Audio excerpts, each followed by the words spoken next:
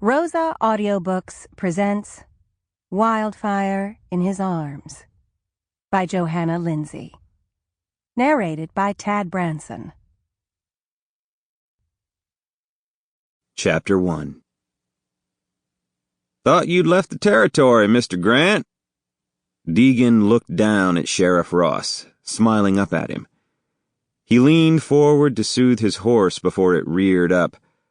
The Palomino didn't like strangers standing so close to it. Gunshots it didn't mind. Strangers it did. "I'm leaving today. Just making sure no shots get fired in the church." "Don't need to worry about that. The feud ended last week, soon as the happy couple agreed to get hitched. So you're coming to the wedding?" Degan looked at the church at the end of the street.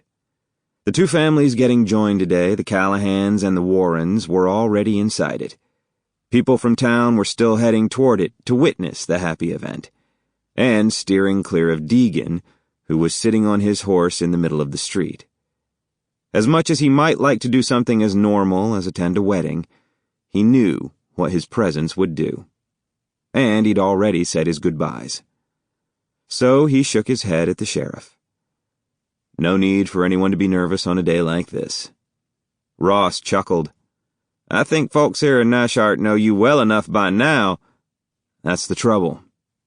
They know me." Ross got a little red in the face. It was odd for a sheriff to treat Degan so affably. Usually, as soon as a sheriff learned who he was, the sheriff asked him to get out of his town. Ross hadn't done that. Likely out of respect for Zachary Callahan, who had hired Degan to keep the peace until Zachary's son's wedding.